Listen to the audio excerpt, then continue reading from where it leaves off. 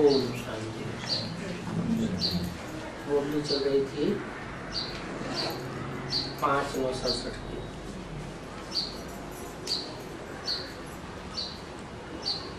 बात चल रही थी कि सीमत पर नहीं चलेंगे तो अपना ही नुकसान करेंगे। ट्रेन में भी जब तुम आज आते हो तो वहां तो सब फ्री है, सर्विस का बहुत अच्छा चांस होता है, और सर्विस के लिए ये बैज बहुत अच्छी चीज है। कौन सी बैज?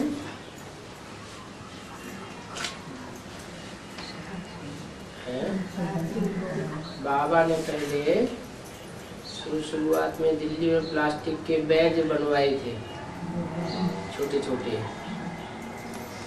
एक तरफ त्रिमूर्ति और दूसरी तरफ लक्ष्मीनारायण का चित्र था, और वो बैज उस समय 4 आने में मिलते थे,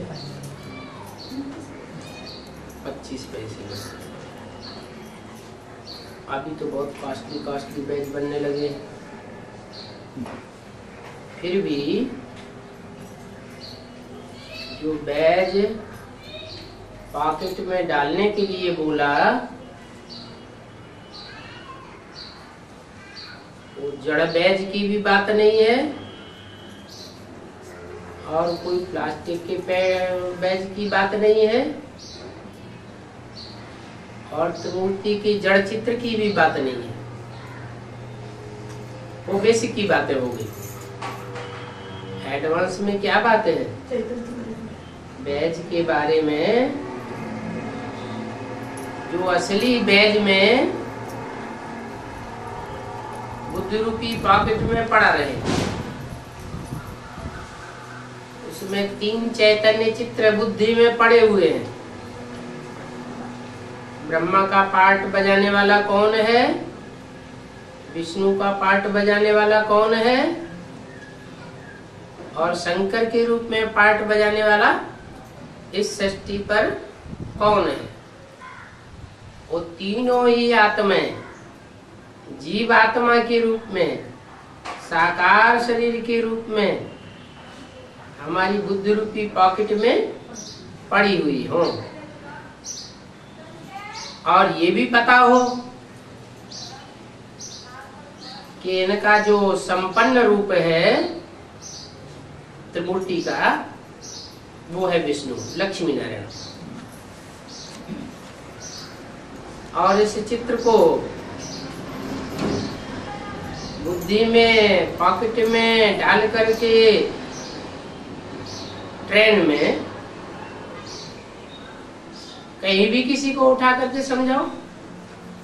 अच्छा, वो तो स्थूल ट्रेन की बात हुई। एक है संकल्पों की भी ट्रेन, क्या बहुत फास्ट गति से चलती है। जब संकल्प चलते हैं तो बड़ी तेजी से चलते हैं। उस संकल्पों की ट्रेन में भी वाइब्रेशन बनाओ, इतने तीखे वाइब्रेशन बनाओ कि सारे संसार में फैले। ये 3 मूर्तियां संसार में प्रत्यक्ष होने वाली है। इनका झंडा अभी संसार में बुलंद होने वाला है। दुनिया के सब झंडे इस झंडे के नीचे फीके पड़ जाएंगे। एक ही झंडा सारे विश्व के ऊपर विजय प्राप्त करेगा। कौन सा झंडा? त्रिमूर्ति शिव का झंडा।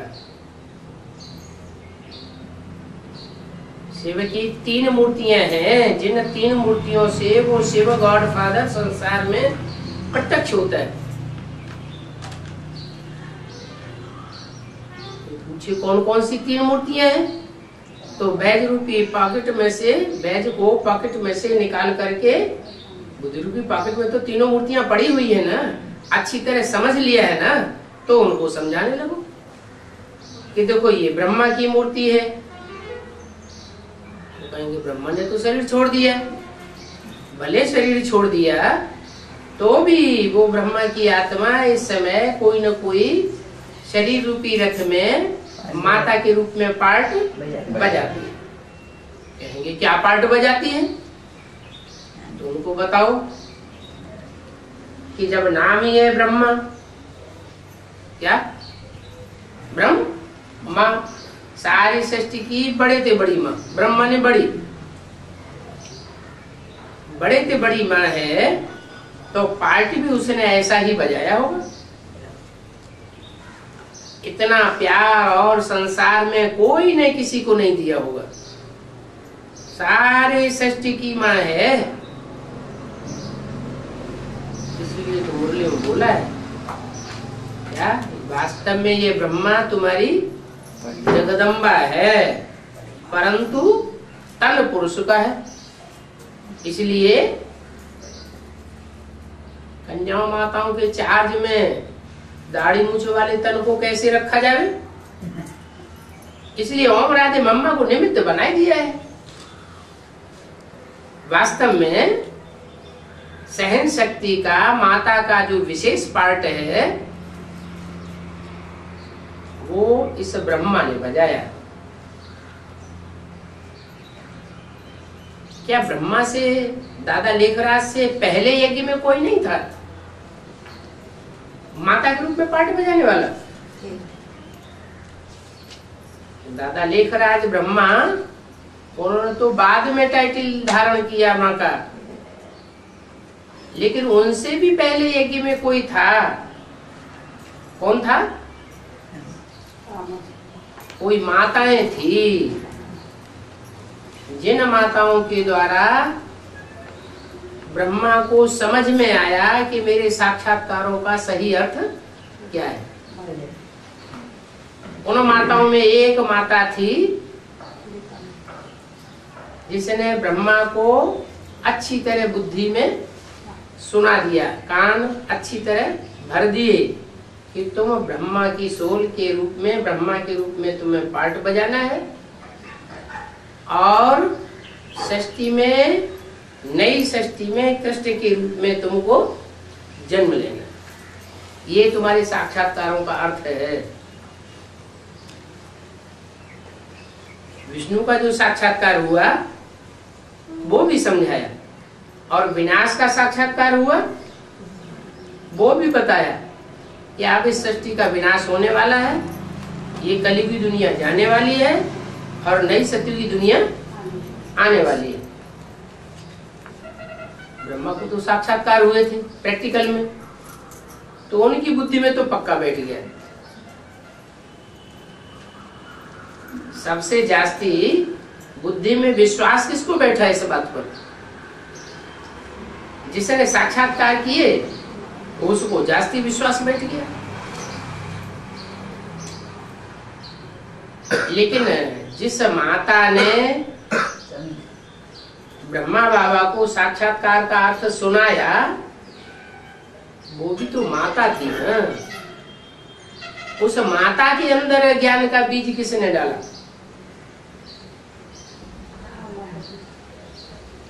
वो कोई पुरुष होना चाहिए ना, पुरुष ही तो बीज डालता है।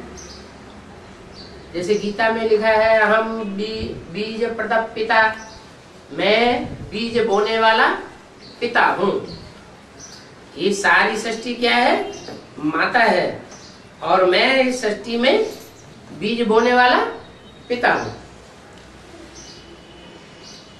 तो निराकार शिव ज्योति बिंदु जो कि जन्म मरण के चक्र में नहीं आता है, जिसको अपना शरीर नहीं है, जो गर्भ से जन्म नहीं लेता है, उसने ही यज्ञ के आदि में कोई बुजुर्ग माता पिता के रूप में थे जिनमें प्रवेश किया और प्रवेश करके साक्षात्कारों का ब्रह्मा बाबा का अर्थ बताया, सुनाया। वो अर्थ ब्रह्मा बाबा को तो पक्का फिट बैठ गया, क्योंकि उन्हें तो साक्षात्कार प्रैक्टिकल में हुए, औरों को तो हुए नहीं। तो ब्रह्मा बाबा तो बात को पकड़ करके अच्छी तरह बुद्धि में बैठ करके उसमें पक्का विश्वास कर लिया। और सत्संग चालू कर दिया। तन, मन, धन, समय और जितने भी संबंधियों की ताकत थी सब ईश्वरीय सेवा में, सत्संग में अर्पण कर दिया। तो 10 साल के अंदर ही अंदर ये रिजल्ट निकला कि ब्रह्मा बाबा में परमात्मा शिव ने प्रवेश कर दिया। जितना कोई अर्पण में बनता है उतना दर्पण पावरफुल बन जाता है। तो 10 साल के अंदर वो ब्रह्मा की सोल पावरफुल ज्ञान दर्पण वाली बन गई और उनके अंदर ये अभ्यास पक्का हो गया, निश्चय पक्का हो गया कि मुझे नई आने वाली दुनिया में कृष्ण के रूप में जन्म लेना है और इस जन्म में मुझे ब्रह्मा का पाठ बजाना है, सफेद पोंछधारी का। मैं ब्रह्मा हूं और ये जो जितनी भी कन्याएं माताएं उस सत्संग में थी और जो भी भाई थे वो सब ब्रह्मा कुमार कुमारी। ब्रह्मा बाबा को ये निश्चय पक्का हो गया। पक्का निश्चय होकर के उन्होंने उनकी पालना करना शुरू कर दिया। सन 47 से उनके मुख से इतना फोर्स था कि मुरली निकल पड़ी। मुरली माना मीठी भाषा। ऐसी मीठी भाषा निकली उस माँ के मुख से जैसे माँ के मुख से बच्चे के लिए लोरी निकलती है। सब पसंद करते थे। सन 47 से लेकर के 50-51 तक तो वो वाणी ऐसे ही चलती रही, उसकी कापियां नहीं निकली क्योंकि सब इकट्ठे रहते थे। और 51-52 के बाद जब ये माउंट आबू में सब इकट्ठे होके आ गए तो उसकी कापियां निकलना शुरू हुई क्योंकि और नए नए सेंटर खुलना शुरू हुए। बाबा ने बच्चों को अपने घरों में भेजा कि तुम जाकर के अपने परिवार वालों की सेवा करो, यहाँ से तुम्हें बाबा की मुरली मिलती रहेगी। तो बाई पोस्ट मुरली भेजने के लिए फिर उसकी कापियां निकली और वो सब चारों तरफ बिखर गए। जिनको निश्चय था वो तो वापस आ गए, वापस आते रहे क्योंकि बाबा का डायरेक्शन था गो सुन कम सुन। जल्दी जल्दी जाते थे, जल्दी जल्दी वापस आते थे। और जिनको निश्चय नहीं था वो अपने अपने घरों में बैठ गए, वो वापस नहीं आए। 300-400 में से कितने बचे? 75 बचे और सब बैठ गए। बाबा का निश्चय तो अटल रहा। तब से लेते लेते 51-52 से वो मुरली की कापियां निकलती चली आई और 68 तक निकलती चली गई। ये 18 साल में 18 अध्याय वो गीता जैसे कागज की गीता तैयार हो गई। वो वाणी ब्रह्मा बाबा जो सुनाने के निमित्त बने, वो ब्रह्मा की वाणी तो नहीं थी। वाणी किसकी थी? शिव की वाणी थी। शिव ने प्रवेश किया। कृष्ण के अंतिम जन्म के चोले में प्रवेश किया। लेकिन मुरली में ये बताया कि कृष्ण तो बच्चा है, कृष्ण को बाप नहीं कहेंगे। तो बच्चे ने माँ का पार्ट बजाया।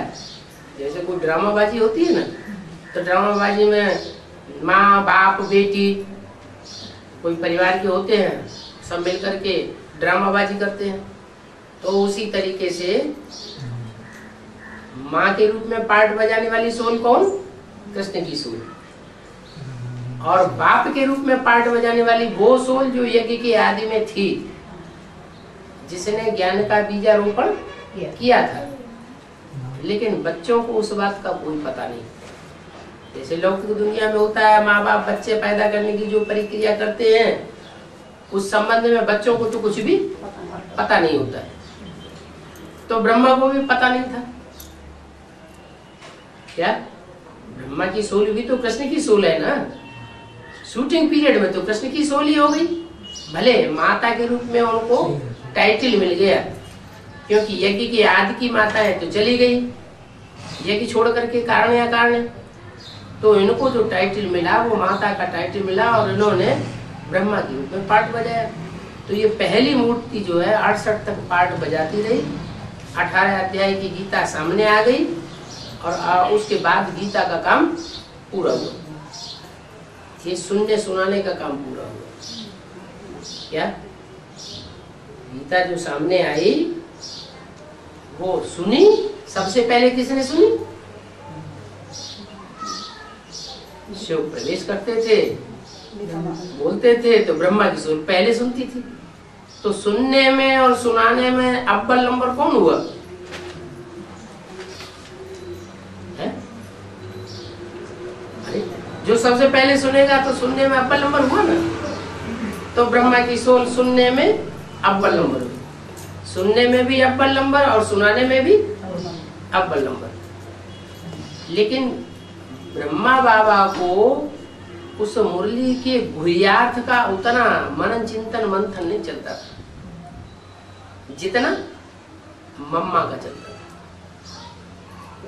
मम्मा ज्यादा ज्ञान में तीखी थी। ब्रह्मा के मुख से तो शिव जितना सुना देता था, ब्रह्मा बच्चे के रूप में, जैसे बच्चे को कुछ सुना दो, टीचर जितना सुना देता है रट लेता है, रटा हुआ दूसरों को सुना देता है। तो ऐसे ही ब्रह्मा की वृत्ति रही बच्चे के रूप में। माँ का भी पार्ट बजाया, लेकिन था तो कृष्ण बच्चा। उनके द्वारा जो भी वाणी चली वो वाणी अमृत नहीं कही जा सकती। क्यों? क्योंकि मंथन नहीं किया। न सुनाने वाले के द्वारा मंथन हुआ, न सुनने वालों ने कोई मंथन किया। दूध है, अगर उसका मंथन न किया जाए तो उसमें से मक्खन सार नहीं निकलेगा। तो ऐसे ही ब्रह्मा बाबा के द्वारा वाणी तो आई शिव की, लेकिन उसका मंथन न होने के कारण उसमें जो सार निकलना चाहिए वो सार नहीं था। इसलिए बोला भी है मुरली में कि अभी गीता ज्ञानामृत नहीं कहेंगे। क्या कहेंगे? गीता तो है, लेकिन गीता माता को अभी अमृत रस नहीं कहेंगे। जो अमृत पी करके देवताएं अमर बन गए,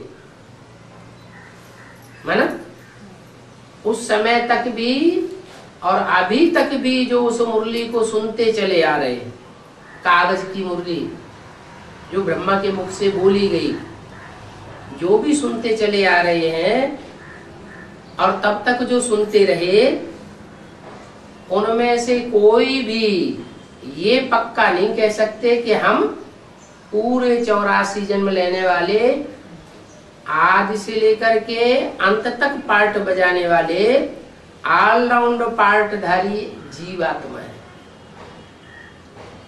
ये पक्का निश्चय किसी को नहीं है, माना अमर कोई नहीं बना। ऐसी आत्मा कोई नहीं बनी जो सारे सृष्टि चक्र में पूरा पार्ट बजाया और ये पक्का बुद्धि में ठोक करके ये बुद्धि में बैठाए दूसरों को कि मैं ऑलराउंड पार्टधारी आत्मा हूं। जो भी ब्रह्मा कुमार कुमारी अभी भी हैं और पुराने भी हैं, वो ये साबित नहीं कर सकते कि मैं ऑलराउंड पार्टधारी आत्मा हूं। खंडित आत्मा नहीं है। खंडित आत्मा कौन? जिसके कम जन्म वो खंडित आत्मा, जिसके पूरे 84 जन्म वो अखंड आत्मा। बहुत सी आत्मा ऐसी भी जिनके 1 जन्म होते हैं, 2-4 जन्म होते हैं, तो सृष्टि का ज्यादा अनुभव उनको है या अधूरा अनुभव है? क्या कहेंगे? अधूरा अनुभव है। तो जिनमें अधूरा अनुभव है वो कमजोर आत्मा है, और जिनमें पूरा अनुभव है वो पावरफुल आत्मा है। तो जितनी ही जन्म लेने वाली आत्मा और जितना लंबा पार्ट बजाने वाली आत्मा उतनी पावरफुल आत्मा। उनमें से जो पूरा 84 जन्म पार्ट बजाती है वो परमात्मा बाप से डायरेक्ट पढ़ाई पढ़ के, क्या परमात्मा बाप से डायरेक्ट पढ़ाई पढ़ के और उसी जीवन में अपने शरीर को और अपनी आत्मा को कंचन बना लेती है। क्या जैसे बाबा कहते हैं मैं धोबी भी हूँ, तो कैसा धोबी हूँ? ऐसा धोबी हूँ कि शरीर रूपी कपड़ा लेकर के फाड़ के फेंक दे और कहीं अगले जन्म में ले लेना। ऐसे धोबी कोई पसंद नहीं करेगा। तो बाबा तो ऐसा धोबी है कि राजयोग बल से ये गारंटी देता है कि अगर तुम पक्का 1 से राजयोग सीखेंगे आदि से लेकर अंत तक, 1 से ज्ञान सुनेंगे अब विचारी, तो तुम्हारी आत्मा और शरीर रूपी नैया दोनों का पार लगैया एक शिव बापा है और इसी जीवन में पार लगाएगा। तो ऐसी पावरफुल आत्माएं जो बनती हैं वो ब्रह्मा के निमित्त से नहीं बनती। क्या? क्योंकि पुरानी दुनिया में से नई दुनिया स्वर्ग बन जाए, पुरानी दुनिया बदल करके क्या बन जाए? नई दुनिया बन जाए, ऐसा तो करिश्मा आज तक किसी ने किया नहीं। कोई धर्म पिता नहीं करता। कोई दुनिया का धर्म पिता, चाहे कोई भी पावरफुल पुराना धर्म वाला हो, लेकिन वो अपने धर्म की तो स्थापना करते हैं, लेकिन नई दुनिया की स्थापना, नई दुनिया की राजधानी की स्थापना नहीं करते। पुरानी दुनिया को बदल करके नई दुनिया नहीं बनाते ना। और धर्म पिताओं ने ये काम किया और न ब्रह्मा के द्वारा ये कार्य होता है। क्योंकि और जो धर्म पिताएं हैं वो सब ब्रह्मा को फॉलो करने वाले। यज्ञ के आदि में भी जब सत्संग शुरू हुआ था तो सारी दुनिया से खिंची हुई सब धर्मों की श्रेष्ठ आत्माएं सिंध हैदराबाद में इकट्ठी हुई थी। उस समय सिंध हैदराबाद की आबादी ही 9 लाख थी। वो जितनी भी आत्माएं वहां इकट्ठी हुई थी उनमें से थोड़ी सी आत्माएं जिनके लिए बाबा कहते हैं कि राम फेल हो गया। उस समय पूरा ज्ञान नहीं था तो फेल हो गया। तो वो राम जैसी आत्माएं और उनको फॉलो करने वाली आत्माएं, वो सूर्यवंशी आत्माएं चली गई। क्यों? और सब बची रह गई। वो क्यों चली गई? नहीं, वो इसलिए चली गई कि वो बुद्धिमान बाप शिव के पहलौटी के बच्चे थे। दुनिया में भी जो राजाएं हुए हैं उन्होंने अपने बच्चों को राजाई दी ना। तो कौन से बच्चे को राजाई दी? पहले बड़े बच्चे को राजाई दी। ये परंपरा कहाँ से पड़ती है? यहाँ संगम युग से परंपरा पड़ती है। शिव बाबा भी जब आते हैं तो अपने पहलौटी के बच्चों को राजाई देते हैं। वो बुद्धि में तीखे होते हैं, सात्विक बुद्धि होती है। क्यों होती है सात्विक बुद्धि? इसलिए होती है कि लंबे समय की पवित्रता जो इकट्ठी रहती है जीवन में, शादी होने के बाद वो पहला बच्चा पैदा होता है। दूसरे बच्चे, तीसरे बच्चे, चौथे बच्चे की जो पैदाइश होगी वो उतने लंबे समय की प्योरिटी नहीं होगी, उतनी पावर नहीं होगी, उतनी क्या नाम सात्विकता नहीं होगी। तो जो आदि के बच्चे थे वो बुद्धिमान बाप के बुद्धिमान बच्चे थे और उनको बुद्धि का भोजन नहीं मिला, यज्ञ के आदि में पूरा ज्ञान क्लियर नहीं था, बुद्धि का भोजन मिला नहीं तो टिके ही नहीं, यज्ञ छोड़ करके चले गए। जो टिके वो आत्माएं ऐसी है जो पूरा 84 जन्म लेती नहीं, उनके कम जन्म होते हैं। भगवान बाप से डायरेक्ट वर्षा लेती नहीं, तो वो आत्माएं जो है यज्ञ में बनी रही।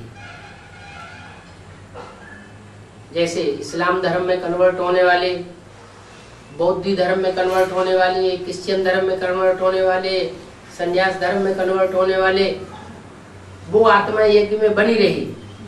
लेकिन जो पूरे पक्के सूर्यवंशी थे 84 जन्म लेने वाले, वो गए।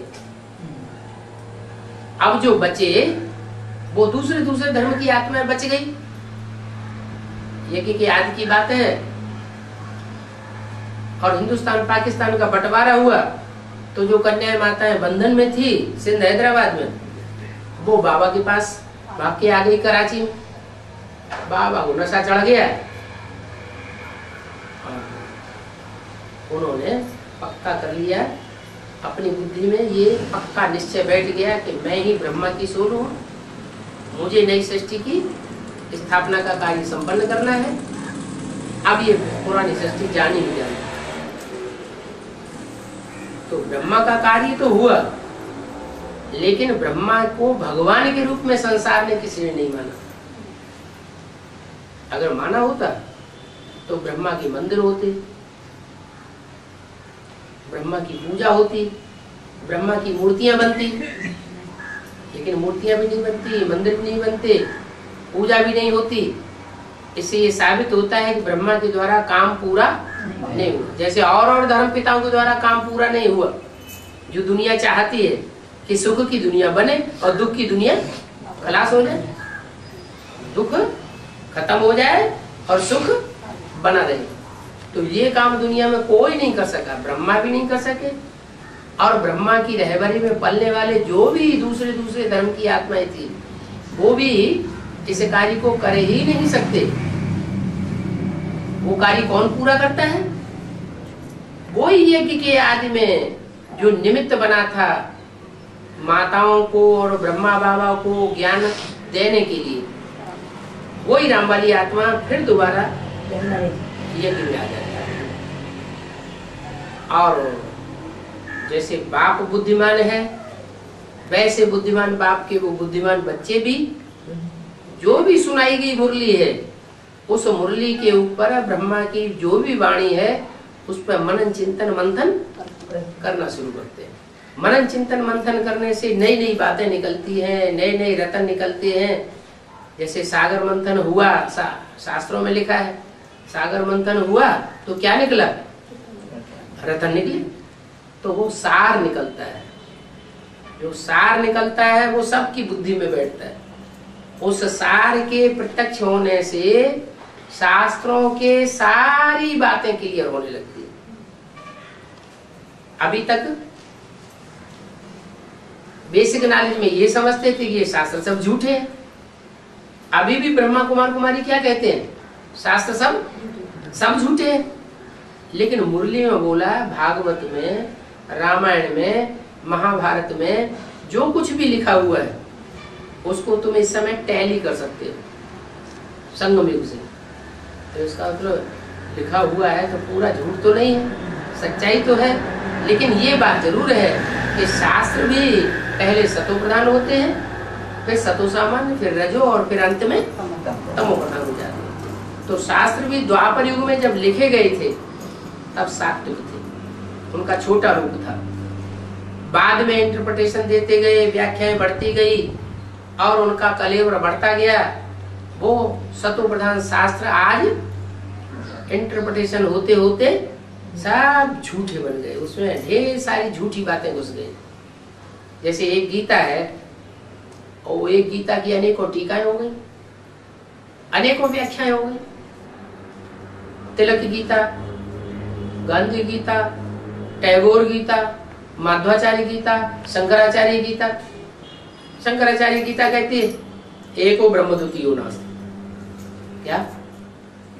एक ही आत्मा सच्ची है और बाकी सब और कुछ है ही नहीं, एक ही है, दूसरा कुछ है ही नहीं। माधवाचार्य की गीता कहती है आत्माएं अनेक हैं, परमात्मा एक अलग है। तो विरोधाभास पैदा हो गया। अब इतना विरोधाभास पैदा हो रहा है तो मनुष्य जो है, जो सामान्य मनुष्य है, वो तो फैसला नहीं कर पाते। आखिरी अंत में भगवान ही आता है और ब्रह्मा के मुख से असली बात मुरलियों के रूप में सुनाई देता है।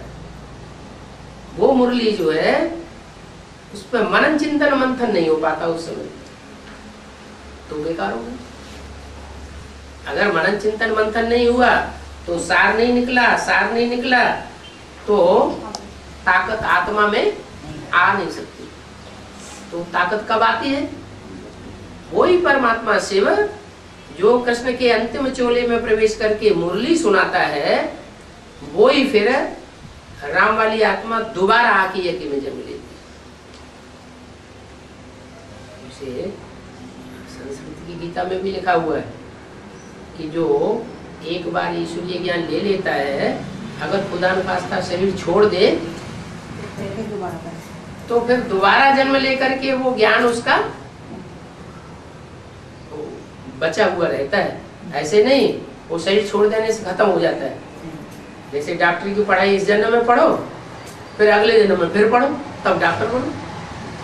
इस जन्म में इंजीनियरिंग की पढ़ाई पढ़ो, अगले जन्म में फिर इंजीनियरिंग की पढ़ाई पढ़ो। ऐसे नहीं, ईश्वरीय ज्ञान ऐसा है जो एक बार बुद्धि में बैठ जाता है तो फिर भले शरीर छूट जाए तो भी अगले जन्म में वो ज्ञान स्थिर रहता है। तो वो राम वाली आत्मा, राम जैसी और दूसरी आत्माएं जो यज्ञ छोड़ करके चली गई थी, वो दोबारा यज्ञ में आती है और आने के बाद वो मुरलियों का मनन चिंतन मंथन चालू हो जाता है और उनकी बुद्धि में से जो ज्ञान निकलता है उनमें मुखिया आत्मा वही राम वाली बनती है। राम वाली आत्मा जो है उसमें परमात्मा शिव प्रवेश करके और नई नई बातें टीचर के रूप में व्याख्या करते हैं। जो बाबा कहते हैं कि एक ही रूप है, जो बाप भी है, टीचर भी है और सदगुरु भी है। तो ब्रह्मा के रूप में न बाप है, तो ब्रह्मा के द्वारा ज्ञान का बीजारोपण तो नहीं पड़ा, न टीचर है। बाप का काम क्या होता है? बाप का काम होता है बीज बोना, और दूसरा लास्ट में काम होता है जो बच्चे पैदा हुए, जिनकी पालना हुई माँ के द्वारा, उन बच्चों को बड़े होने पर वर्षा देना, सुख शांति का वर्षा ये बेहद का बाप देता है। वो हद के बाप होते हैं, हद का वर्षा देते हैं। ये बेहद का बाप बेहद का वर्षा देता है। तो बेहद का वर्षा देने वाला वो बाप वो फिर प्रत्यक्ष हो जाता है। किसके द्वारा?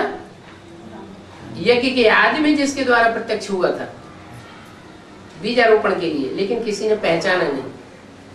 बच्चे क्या जानते हैं कि हमारी पैदाइश किसने की, कब की, कैसे की? बच्चे थोड़े जानते हैं। तो ऐसे ही यज्ञ के आदि की बात तो ब्रह्मा की भी बुद्धि में नहीं थी, किसी को पता नहीं। वो बाद में अब पता चलता है कि वो बाप वर्षा देता है बाप के रूप में, फिर प्रत्यक्ष होता है। पहले बाप क्या करता है? हर एक की बुद्धि जो है चलने लग पड़ती है ज्ञान में। क्या? ज्ञान जो है वो बुद्धि में मंथन होने लगता है। कोई चीज मंथन होती है ना, जैसे गाय है, चारा खाती है, खाने के बाद फिर युवाली करती है, तो जो चबाया जाता है खाया हुआ अन्न, तो चबाने से उसका क्या बनता है? खून बनता है। अगर ऐसे ही खा लिया जाए और नीचे हड़प कर लिया जाए तो खून नहीं बनेगा। तो ऐसे ही ये जो ब्रह्मा के द्वारा ज्ञान निकला, इस ज्ञान को, इस मुरली को, इस गीता को मंथन किया गया। मंथन करने से वो सार निकलता है। जो सार निकलता है उस सार को जिन्होंने ग्रहण किया, वो ग्रहण करने वाले सार क्या बन जाते हैं? अमर बन जाते हैं। बल 2-4 साल ज्ञान लिया फिर बैठ गए तो मरेंगे नहीं। वो क्या होगा? जैसे लक्ष्मण को मूर्छा लग गई तो क्या मर गए? मर नहीं गए। फिर संजीवनी बूटी आती है, संजीवनी बूटी जैसे ही सुहाई वो फिर जागृत होके अमर बन जाते हैं। तो ऐसे ही जिंदा हो जाते हैं। तो ऐसे ही ये ज्ञान है। ये ज्ञान जब जिन्होंने लिया और लेकर के भले भूल गए, दुनियावी जीवन में चले जाते हैं, फिर वो आ जाते हैं और उसी जीवन में आते हैं, आकर के फिर तेजी से चलने लग पड़ते हैं। यहाँ तो बाबा ने इतना तक कहा हुआ है कि वो तो चलते ही हैं ज्ञान में, जो बाप से लेते हैं, लेकिन उनके परिवार के सारे सदस्य आगे चल के ज्ञान में चलेंगे। ऐसा बेसिक के लिए नहीं बताया, कहाँ के लिए बताया? एडवांस के लिए बताया कि जो भी परिवार के सदस्य होंगे आगे चल के जब बाप की प्रत्यक्षता होगी तो सारी दुनिया में जितने भी एडवांस में चलने वालों के परिवार हैं वो सब जागृत हो। अरे हम तो इसको झूठा समझते थे, हम तो इसको इतना ज्यादा विरोध किया, और ये तो अखबारों में, टीवी में, रेडियो में चारों तरफ सच्चाई निकल पड़ी, तो एकदम प्रभावित हो जाएंगे और फिर ज्ञान में चल पड़े। भले ज्यादा ऊंचा पुरुषार्थ नहीं कर सकेंगे, लास्ट में आएंगे फिर ज्यादा ज्ञान की गहराई में नहीं चढ़ सकेंगे, लेकिन फिर वो क्या करेंगे? फिर उन्हीं माताओं को, उन्हीं भाइयों को जिनको ठुकराते थे उनको गुरु मान करके उनके भगत बन जाएंगे। क्या बाप के भगत भी हैं, बाप की प्रजा भी है, बाप के वारिसदार बच्चे भी हैं। तो ये फैमिली तैयार हो रही है। कैसी फैमिली तैयार हो रही है? जो इसी जन्म में इसी शरीर से नई दुनिया स्वर्ग में पहुंचने वाली है। बोलते हैं जीते जी कैसे स्वर्ग में पहुंच जाएंगे? दुनिया में तो ये कथा है, कहावत है कि बिना मरे स्वर्ग नहीं मिलता है। भक्ति मार्ग कहते हैं ना, स्वर्ग में जाना है, अच्छा मरो तभी तो स्वर्ग जाओगे। तो बाबा ने समझाया कि मैं तो जीते जी मरने के लिए सिखाता हूँ। क्या? मैं कोई शरीर से मरना नहीं सिखाता हूँ। क्या करना है? शरीर से जिंदा भी रहना है और देहभान से मरना है। देहभान से मर गए, मन मर गए, सच्चे मर गए। आत्मा पक्की हो जाए, आत्मा की स्मृति पक्की हो जाए और देहभान रंच मात्र भी न रहे, किसी को अनुभव न हो कि इसके अंदर देहभान है। जैसे किसी ने कोई को गाली दे दी, 2 अपशब्द बोल दिए, ग्लानि कर दी, तो एक कान से सुना दूसरे कान से निकाल दिया, जैसे सुनते हुए नहीं सुना, तो कहेंगे जैसे इसको कान है ही नहीं। ऐसे ही हर इंद्रिय के लिए, इंद्रियों में देहभान नाम की चीज न रहे। क्या? देखते हुए न देखना, सुनते हुए न सुनना, ऐसी स्टेज बन जाए। कोई भी कर्म इंद्रियां अपने कर्म भोग को स्वीकार ही न करें, ऐसी स्टेज जब बनेगी तो जैसे आत्मा पावन बन जाती है। ऐसी पावन बनी हुई आत्मा इसी जन्म में इसी शरीर से भले सारी दुनिया मौत के गाल में जाएगी, लेकिन उन बच्चों की सुरक्षा बाप करेगा। कुरान में भी लिखा हुआ है कि खुदा के बंदे जब कयामत बर्पा होती है तो बड़े मौज में रहते हैं। सारी दुनिया हाय हाय करके मरेगी, शरीर छोड़ेगी, और वो फरिश्तों की तरह आराम से घूमेंगी।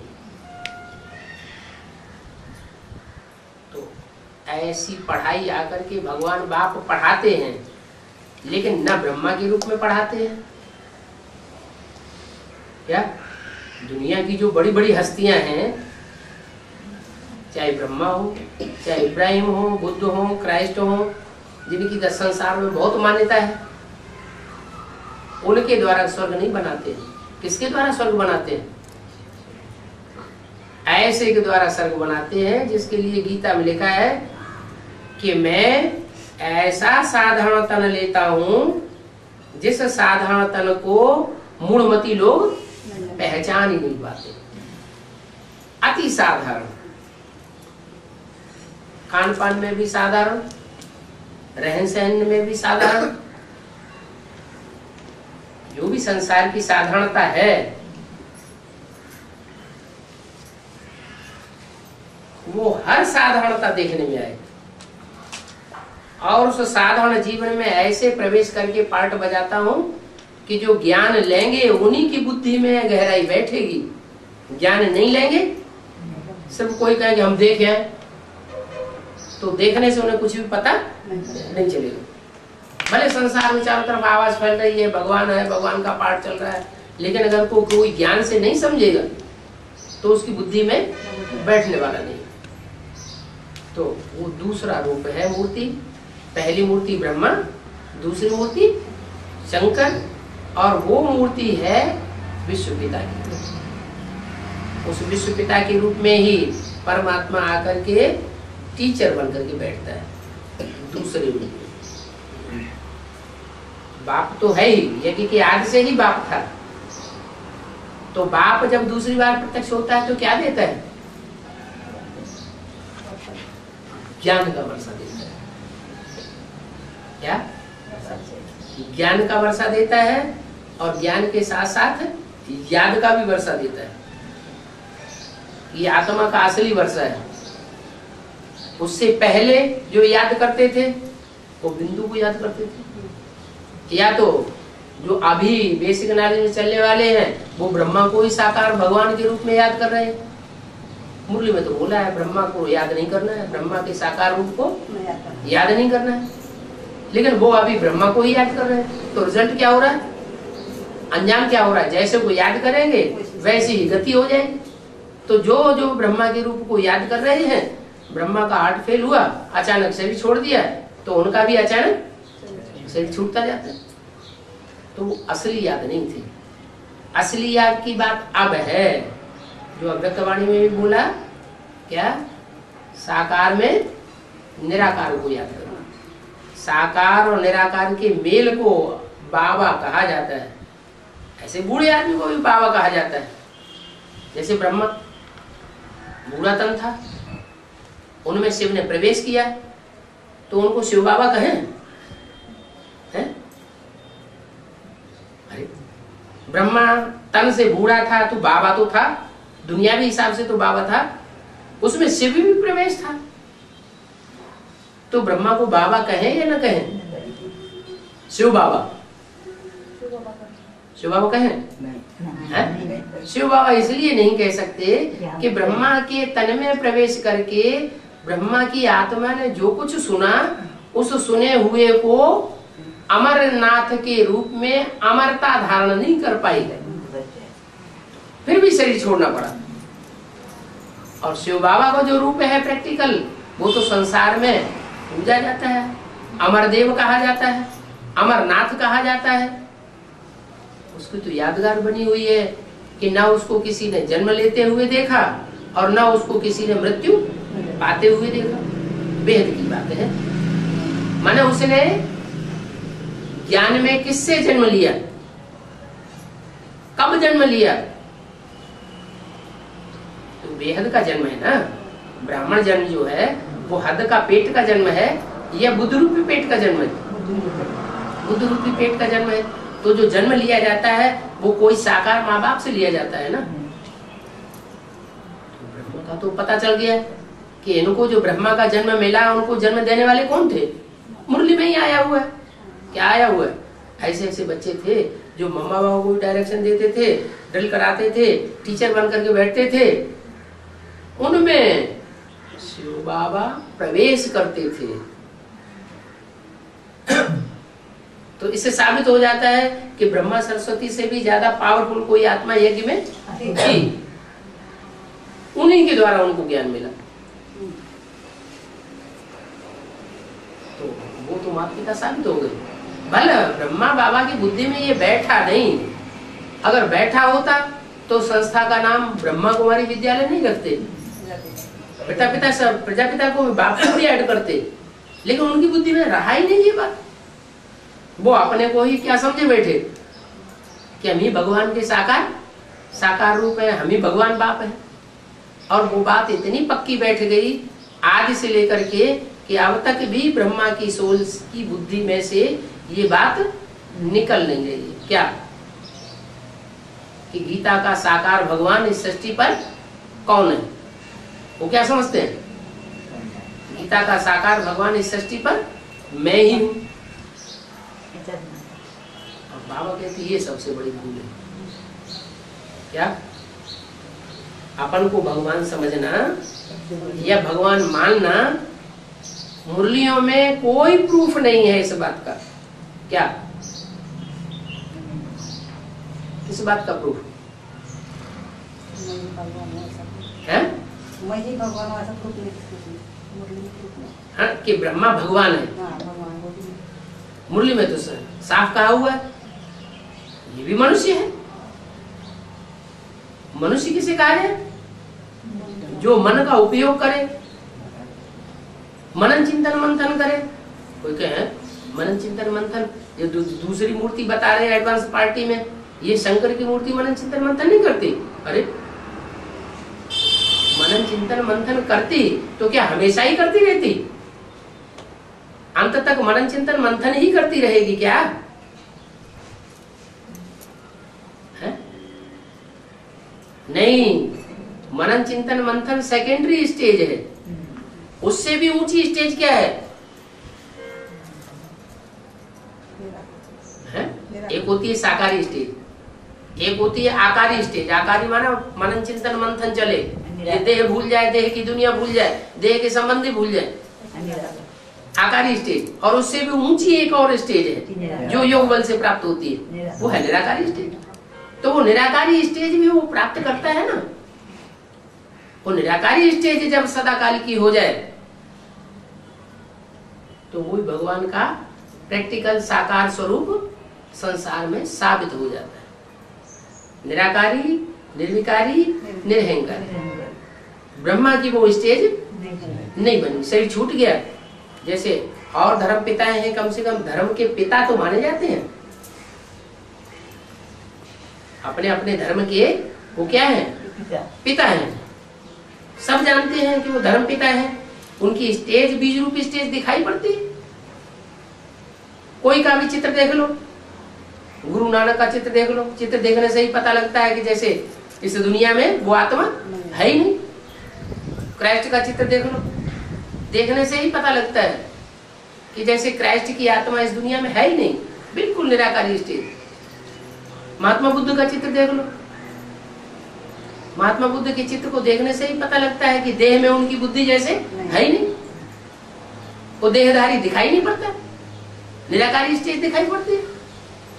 तो ये तो सामान्य धर्म पिताएं हैं जिनके द्वारा सृष्टि स्वर्ग नहीं बनी, लेकिन ऐसा भी साकार रूप में एक निराकारी स्टेज को धारण करने वाला धर्म पिता है जो सब बापों का बाप बनकर के संसार में प्रत्यक्ष होता है।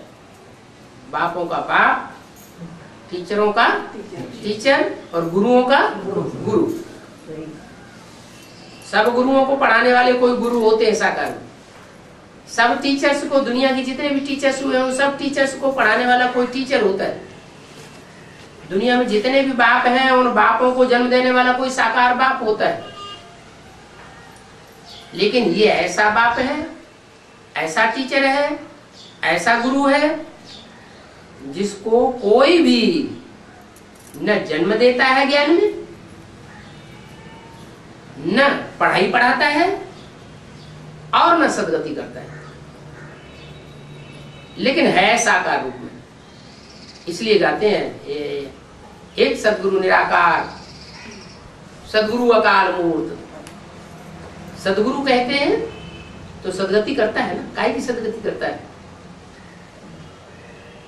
सदगति करता है तो सिर्फ आत्मा की ही सदगति करता है या शरीर की भी सदगति करता है? मूत पलीती कपड़े धोती, जो मूत पलीती कपड़े हैं आप जन्म जन्मांतर के, उन शरीर रूपी वस्त्रों को धोने वाला कौन है? वो एक ही शिव बाबा है।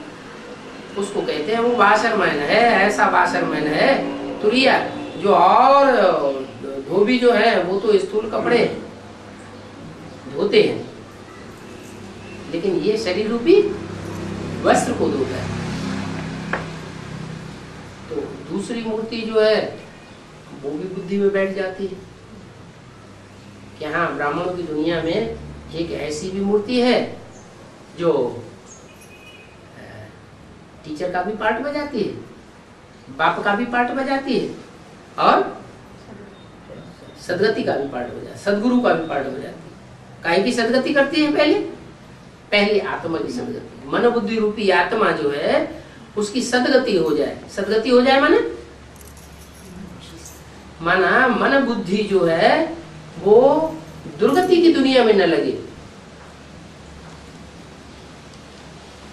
जो मन बुद्धि है सुबह से लेकर शाम तक मनुष्य की बुद्धि कहाँ लगी? देहदारियों में लगी रहती है, देह के कीचड़ में लगी रहती है, देह के संबंधियों में लगी रहती है, देह के पदार्थों में लगी रहती है। उसमें बुद्धि न लगे, कहाँ लगे? उपराम हो जाए इन बातों से। तो मन बुद्धि रूपी आत्मा की जैसे सदगति हुई। इतना ही नहीं, मन बुद्धि रूपी आत्मा की सदगति होने के बाद श्रेष्ठ संकल्प चले, दुष्ट संकल्प न चले, श्रीमत के अनुकूल संकल्प चले, श्रीमत के विपरीत कोई संकल्प न चले। तो ये हुई आत्मा की सदगति, मन बुद्धि रूपी आत्मा। उसके बाद फिर आती है शरीर की बात। शरीर कैसे कंचन काया बने? आत्मा में जब शुद्ध संकल्प चलेंगे, जैसे कोई आदमी मरता है ना, तो जो मरने वाला आदमी है वो 4 महीने पहले से ही उसके वाइब्रेशन तैयार होते हैं आत्मा के। क्या अच्छे वाइब्रेशन होंगे तो वो वाइब्रेशन जो है उसको 4 महीने पहले से ही माता के पेट में अच्छा शरीर बना देते हैं। तो खराब वाइब्रेशन होंगे तो 4 महीने पहले से ही वो शरीर भी वैसे ही बनेगा। तो ये वाइब्रेशंस की गुह्य गति है। श्रीमत के अनुकूल जो चलने वाली आत्माएं हैं उनके वाइब्रेशन एकदम बढ़िया हो जाते हैं। इतने श्रेष्ठ वाइब्रेशन होते हैं कि वो श्रेष्ठ वाइब्रेशन से सारी सृष्टि के ऊपर असर डालते हैं। अभी तक 70 साल हो गए ब्रह्मा कुमार कुमारियों ने इतनी भागदौड़ की, मेले मलाकड़े किए, कॉन्फ्रेंस की, प्रदर्शनियां की, प्रोजेक्टर शो किए, कितनी भागदौड़ की और इतनी भाषणबाजी की, वाचा से सेवा की। लेकिन जितनी वाचा से सेवा की है रिजल्ट क्या निकला? खुद अपनी भी कीर्ति कला है और जो संसार के संपर्क में आने वाले हैं वो भी देखा जा रहा है कि उनकी बुद्धि को लाप लगा दिया, भगत बना दिया उनको बजाय ज्ञानी बनाने का। बना दिया कि नहीं? वो बुद्धि नहीं चलाते। जैसे भेड़ बकरियों की औलाद हो गए, कोई बकरी आगे आगे जाती है, पीछे पीछे आंख बंद करके चल पड़ते हैं। तो ऐसे ही सारे ही उनके जो फॉलोअर्स हैं उनकी सबकी बुद्धि जैसे पत्थर बुद्धि बन गई। बाप कहते हैं मैं तो आत्मा की सदगति करने आया हूँ, तुम्हारे शरीर की भी सदगति करने आया हूँ। मन बुद्धि जो है चलायमान होनी चाहिए। बुद्धि जो है ऐसी चलायमान हो जो सत संकल्पों में रमण करे। दुष्ट संकल्प में रमण न करे। कोई दुष्ट संकल्प आए भी तुरंत भागो हटो, ये श्रीमत के अनुकूल नहीं है, ये बात ये संकल्प बाप पसंद नहीं करेगा, हटा देना चाहिए। तो अगर ऐसी स्टेज बन जाए आत्मा की, न किसी से ईर्ष्या, न किसी से द्वेष, न किसी की परचिंतन, न किसी की ग्लानि, ऐसी स्टेज अगर आत्मा की बनी है तो कहेंगे आत्मा की सदगति हो। नहीं तो जैसे दुनिया चलती है वैसे ही चल रहे हैं तो आत्मा की दुर्गति है। तो जो श्रेष्ठ वाइब्रेशन बनाने वाली आत्माएं हैं उनके वाइब्रेशन से फिर नई सृष्टि की शुरुआत होती है। तो दूसरी मूर्ति का जो काम है वो है मनसा को सुधारने का। ज्ञान के द्वारा सदगति होती है। ऋते ज्ञानान्य गति, गति जो है मन बुद्धि की ज्ञान के बिना नहीं होती। ईश्वरीय ज्ञान मिलता है तो बुद्धि की सदगति हो जाती है। बुद्धि की जब सदगति होती है तो अच्छे संकल्प चलते हैं, बुरे संकल्प नहीं चलते। ये काम एक हुआ दूसरी मूर्ति का। तीसरा काम है ये शरीर भी पावन बने। क्या? ये जो संगठन है ब्राह्मणों का, वो सारा संगठन में यूनिटी दिखाई पड़े, सब संगठित हुए दिखाई पड़े, सब दिखाई पड़े कि ये सब एक से बंधे हुए हैं।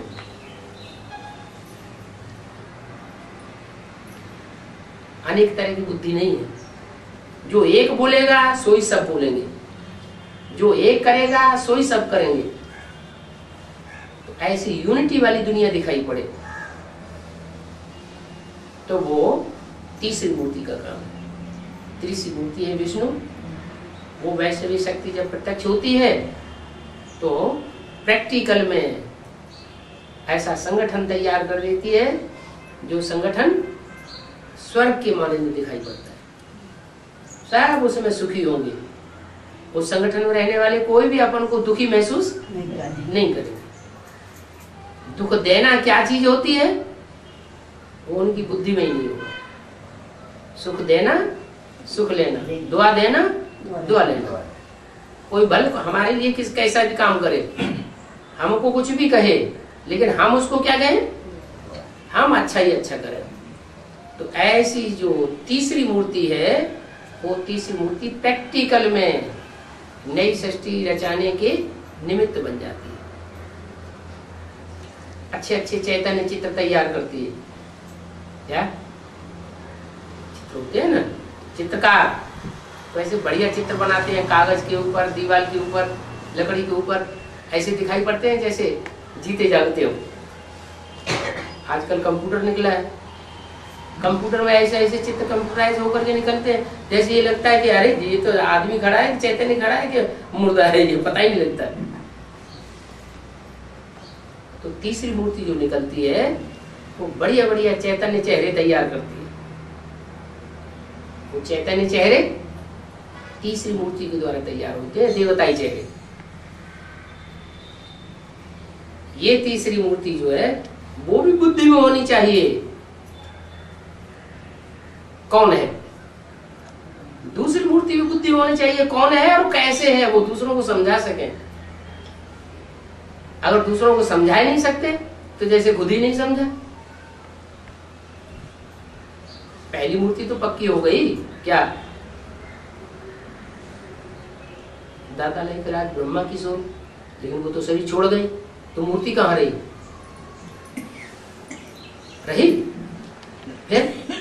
फिर संसार के सामने कैसे दिखाएंगे? ये तिरंगा झंडा है हमारा, विश्व विजय करके दिखलावे। कपड़े का झंडा थोड़े विश्व विजय करता है? अरे जड़ कपड़े ने कहीं विश्व विजय की है या चैतन्य शरीर रूपी वस्त्र हुए हैं जिन्होंने विश्व विजय करके दिखाई है? चैतन्य कपड़े हुए। तो लोग कहेंगे वो चैतन्य कपड़े कौन कौन से हैं बताओ। तो ब्रह्मवाणी कहेंगे दादा लिंगराज ब्रह्मा, वो तो शरीर छोड़ गए, है ही नहीं इस दुनिया में, विश्व विजय कहाँ हुई? तो प्रैक्टिकल में वो कपड़ा चाहिए। तो वही ब्रह्मा की सोल कोई माता में, एडवांस पार्टी की माता में प्रवेश करती है और प्रवेश करके जो यज्ञ के आदि के लिए ऐसे ऐसे वत्स हैं जिन्होंने ब्रह्मा बाबा को बहुत दुख दिया। ब्रह्मा कुमार कुमारियों को, जो सच्ची ब्रह्मा कुमारियां थी, उनको बहुत परेशान किया, बहुत तंग किया। ब्रह्मा बाबा ने तो किसी को दुख नहीं दिया। ब्रह्मा बाबा के जो चहेते थे उन्होंने भी किसी को दुख नहीं दिया। जो पक्के पक्के फॉलोअर थे उन्होंने किसी को दुख नहीं दिया। तो यज्ञ में आने के बाद, ज्ञान में आने के बाद 100 गुना बोझ चढ़ता है। दूसरे को दुख देने का 100 गुना बोझ चढ़ता है ना ज्ञान में आने वालों को। वो 100 गुना बोझ कब पूरा होगा? है वही ब्रह्मा की सोल फिर धर्मराज का पार्ट बजाता है। कैसे पार्ट बजाता? उन्होंने तो सभी छोड़ दिया, धर्मराज कैसे बनेंगे? हाँ, महाकाली के रूप में वो प्रत्यक्ष होते हैं। तो महाकाली के रूप में जो दुष्ट हैं, असुर संहारिणी, वो उनका संहार करते हैं। संहार करने का मतलब क्या हुआ? ऐसे नहीं कि खाना लेकर कोई सर काट देते होंगे, नहीं, उनका पद नीचा हो जाता है। क्या ये दो शक्तियां हैं, एक है राइटियस, एक है लेफ्टिस्ट। राइटियस का काम है देवताओं की नई दुनिया खड़ी कर देना, बना देना, संगठन तैयार कर देना, यूनिटी बनाई देना, यूनिटी दिखाई पड़े। अभी एडवांस पार्टी में यूनिटी दिखाई पड़ती है, दिखाई पड़ रही है, दिखाई पड़ रही, दिखाई पड़ रही। यहाँ कोई ये कोंकण देश में कोई ऐसी गीता पाठशाला है जहाँ 5 पांडव इकट्ठे होकर के रोज क्लास करते हो? है कोई? है कोई नहीं ना? अच्छा, यहाँ कोंकण देश की बात नहीं है, ऑल इंडिया में ही ऐसी हालत है। कोई एक दूसरे से बात नहीं करना चाहता। अव्यक्तवाणी में ही बोला हुआ है क्या? रुद्रमाला के मणके आपस में मजबूरी से मिले हुए हैं, अंदर की मोहब्बत नहीं है। यही बात अटल बिहारी वाजपेयी ने जनता पार्टी के लिए बोल दी। जनता पार्टी में संवादहीनता की भारी कमी है। संवादहीनता माने आपस में बातचीत ही नहीं करते, टेढ़ी गर्दन करके रहते हैं, प्यार से बात नहीं करेंगे। तो ये यूनिटी बनाने का काम किसका है? प्योरिटी की देवी का। वो प्योरिटी की देवी संसार में प्रत्यक्ष होती है वैष्णवी शक्ति के रूप में, और नई दुनिया का संगठन बन के संसार के सामने, पहले ब्राह्मणों की दुनिया के सामने, फिर सारी दुनिया के सामने प्रत्यक्ष होता है। इसलिए दूसरे धर्म के शास्त्रों में भी गायन है जन्नत का। हिंदू में तो गायन है ही वैकुंठ का, लेकिन मुसलमानों में भी गायन है जन्नत का। अंग्रेजों में गायन है पैराडाइज का। वो लोग मानते हैं अभी भी कि क्राइस्ट से 300 साल पहले लॉर्ड कृष्ण का राज्य था।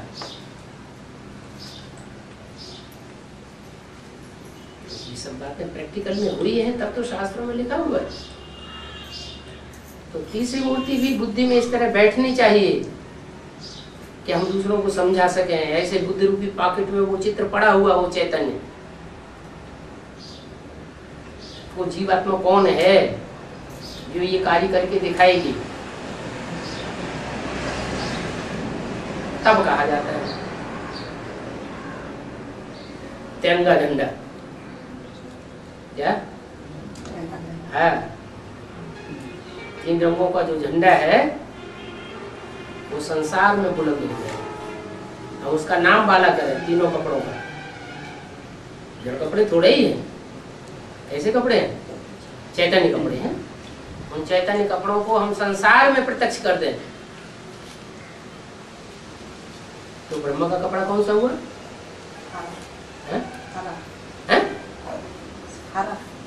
हरा तो हुआ, लेकिन है कौन सा? वो पाटधारी कौन है? हाँ, यज्ञ के आदि में जो माता थी, जिस माता के द्वारा ब्रह्मा की बुद्धि में भी बीजारोपण हुआ कि तुम ब्रह्मा की सोल हो, कृष्ण के रूप में तुम्हें पाठ बजाना है, तो वो ही माता हुई। वो माता साकार रूप में अभी ब्राह्मणों की दुनिया में मौजूद है, ऐसे नहीं मौजूद है, लेकिन पार्ट थोड़ा अलग है।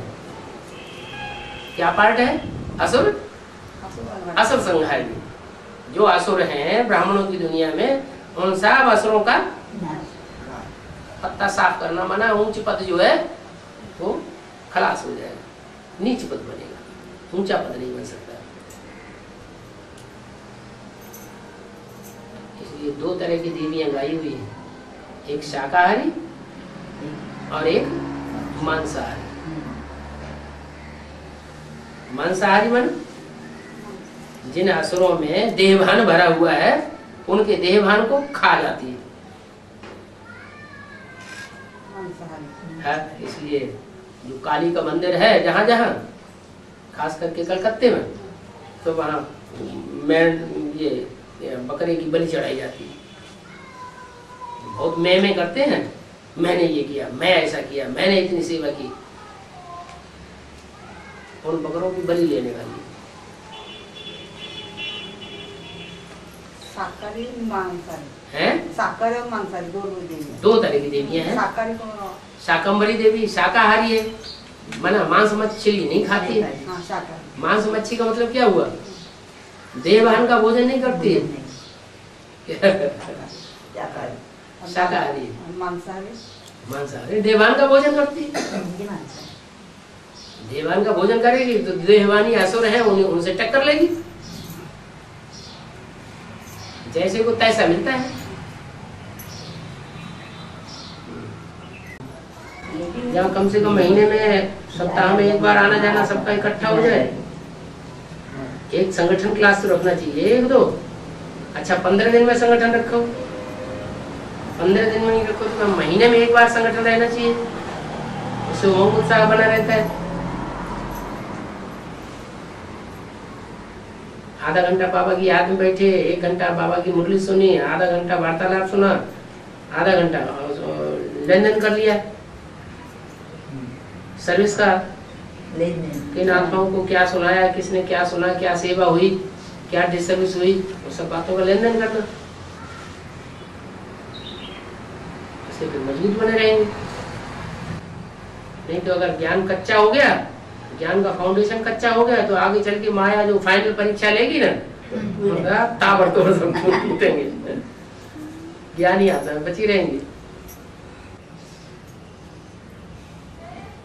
कोई तो कुछ नहीं पूछना। मनन चिंतन मंथन की स्टेज से भी परे हो गए क्या?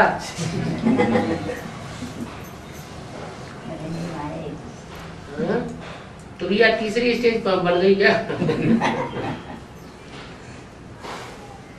ब्रह्मा कुमार कुमारियों को कहेंगे पहली स्टेज, शाकाहारी स्टेज में भाग दौड़ करना, ये सेवा करना, वो सेवा करना है। दूसरी स्टेज है एडवांस पार्टी की, मनन चिंतन मंथन करना, सेवा के प्लान बनाना, नई दुनिया की प्लानिंग करना, कैसे संगठन बनेगा, क्या होगा, कैसे होगा, वो सब बुद्धि में बातें विचरण करती रहे। तीसरी स्टेज है निराकारी स्टेज, एक शिव बाबा